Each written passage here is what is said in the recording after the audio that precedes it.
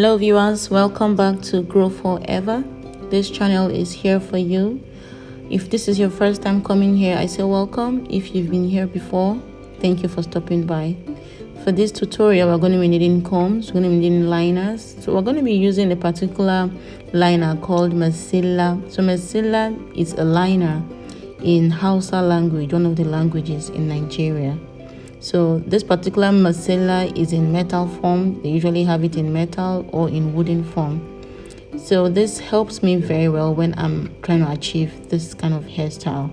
So this hairstyle is called Didi in Yoruba language, and then it is called Hannu Biyu in Hausa language. And then I think the English word for Didi and for Hannu Biyu is called French braid. This particular braid helps the hair to grow according to loads and loads of Nigerians, and I think I know why people say this hairstyle helps the hair to grow, or this particular pattern of braid helps the hair to grow, and I think I know why they say it makes the hair fuller. One of the reasons why I think it makes the hair fuller is because there's no much pulling while the hair is being done. The process in achieving this particular braid is not rigorous at all. You're not making and pulling, unlike when you're making the regular 3-strand braid like cornrow. It's not like the regular cornrow. While you're making this particular braid, you're almost staying on one place and moving gradually. For you to achieve this hairstyle, you really need to know how to make your lines. So after you've taken out the one which you want to make as a particular braid, like as an individual braid, you're going to go back and divide that same one into 2 equal halves. I know when I say 2 equal halves, it's almost impossible for us to divide anything into 2 equal halves, but you're going to try your best to make it as equal as possible, because if you don't do that, it is going to show by the time you're done with the braid. So for this particular hairstyle, the hair has to be very, very smooth. At this point, I noticed that the hair was already going dry, so I added some water. This is just water in order for me to moisten the hair a bit. When the hair is dry while you're braiding, there's every tendency that your hair is going to be breaking. And one of my goals is any hair I handle must not break. Not even a strand will break while I'm making any hair. This is usually my focus when I braid my daughter's hair, when I braid my hair, or when I braid hair for my clients, or when I'm taking care of my clients' hair. This particular hairstyle needs you to smoothen out the hair, simply because while you're making the hair, it's like you're making a stitch. You have to keep on taking a little piece out for you to add to the one that has already been braided. For this reason, the hair has to be smooth. It has to be well combed, properly detangled, not just with fingers, but with the help of a comb.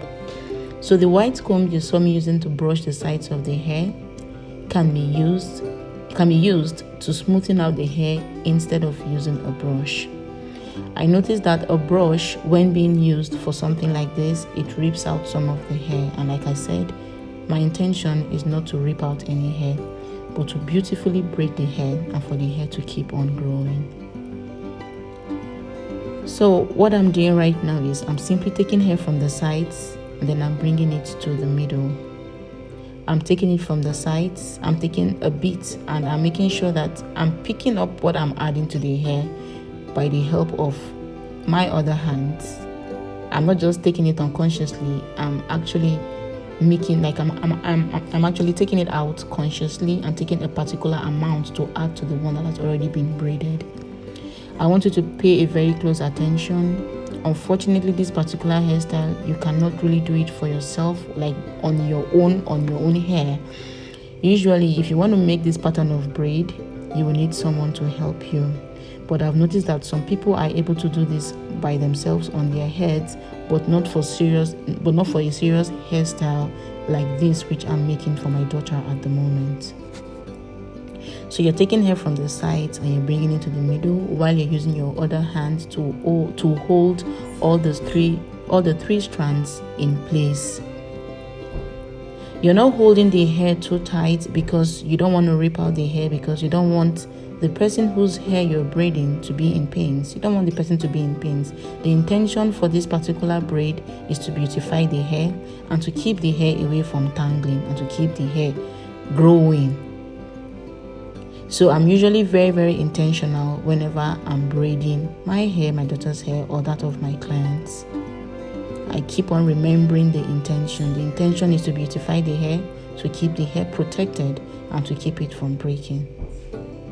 So because I'm making this hair towards the front, I have to be very, very mindful of her edges. I don't pull so much on her edges. After all, it is going to cover by the time I'm done with the braids. There's a particular way I braid the ends of my daughter's hair, my hair, and that of my clients. And this particular method helps me to achieve three main things. Number one, it helps the hair to look fuller in the end. It helps my takedown process to be a lot more easier for myself and for that of my clients. It also helps me to experience no breakage while I'm taking down the hair. So why should I make it tight? If you can watch my fingers, if you can see what I'm doing, I'm not clenching my fists are loose while I'm braiding. My daughter is putting her hands on her hair because I taught her to be responsible over her hair. I told her that she needs to know when she's feeling any form of pain. At the moment, she's not feeling pains, but I asked her to put her hands on the part where she feels I'm pulling her hair so that we don't lose edges. Can you see what I've done? These ends are not tight at all, and it makes the end result very, very beautiful.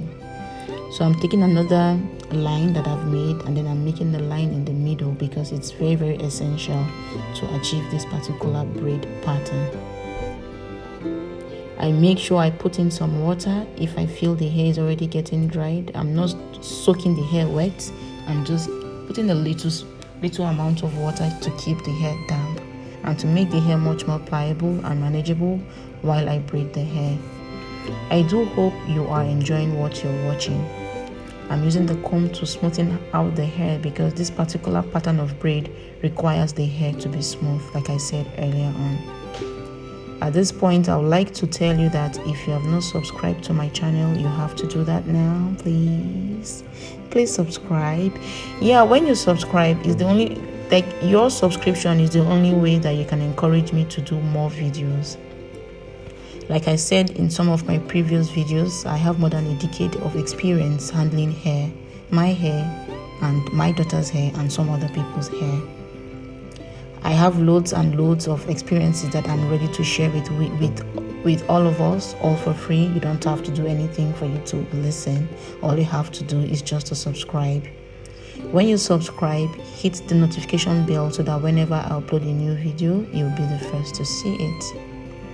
I want you to pay close attention to what I'm doing with my fingers while I braid her hair down. Like I said earlier on, she's not feeling pains. I just told her to press on wherever she feels I'm dragging her hair. This is the last part of this braid that I'm going to be showing you all, though I'm not done with the braid, but this is the last part I want to show you all. At this point, you want to pay very, very close attention, or if you're unable to understand, feel free to replay this video. So I'm trying to make a straight line in the middle. Some people say you don't have to make straight lines, but I am a perfectionist, especially when it comes to braids. I want to make sure that that what I'm doing is a full representation of what I imagine in my mind. So I make sure that I do everything like perfectly well. I try to make sure that the lines are equal. If the lines are not equal, it's going to show in the braid. So the braid that's supposed to be in the middle is going to be tilted to one side because you didn't part the hair equally. I'm using the white comb to smoothen the hair again because if I don't smoothen the hair at this point, once the braid is done, I cannot put back the hair into the braid. Any hair that is flying out will have to keep flying out, and I don't want my daughter to go through any pressure by me losing the hair and repeating it again because I didn't brush it well the first time. Like I said before, I'm a little bit of a perfectionist when it comes to braiding. So please take a close look at what I'm doing with my fingers. I'm taking the hairs from the sides and then I'm bringing it to the middle. I take it from the left side, I bring it to the middle. I take it from the right side and I bring it to the middle. And I make sure that I take my fingers out for each part I add into the ones which I've already braided. When you take your hands out for each one you pick and put into the hair, then you don't have any tangle at the end of the braid. Your inability to take out your fingers makes the hair to tangle in the end. So I make sure that as I'm braiding, as I'm taking out my finger, I'm also gradually detangling the hair. Make sure you are standing or you're sitting in a very, very comfortable position. That's the only way you can achieve a perfect braid. That's the only way you can achieve a perfect Didi, a perfect Hannu Biyu, or a perfect French braid. As you can see, I'm not pulling the hair. That's why I say this particular hairstyle, people believe it makes the hair full because I'm not pulling the hair. I'm not stretching the hair. Like, there are no pressures at all at the beginning of the braid or even at the sides of the braid. Thank you all for watching. I do hope you enjoy what you're seeing. I do hope you've been able to learn. It was wonderful having you around. Please subscribe to this channel. I have lots of things to teach you.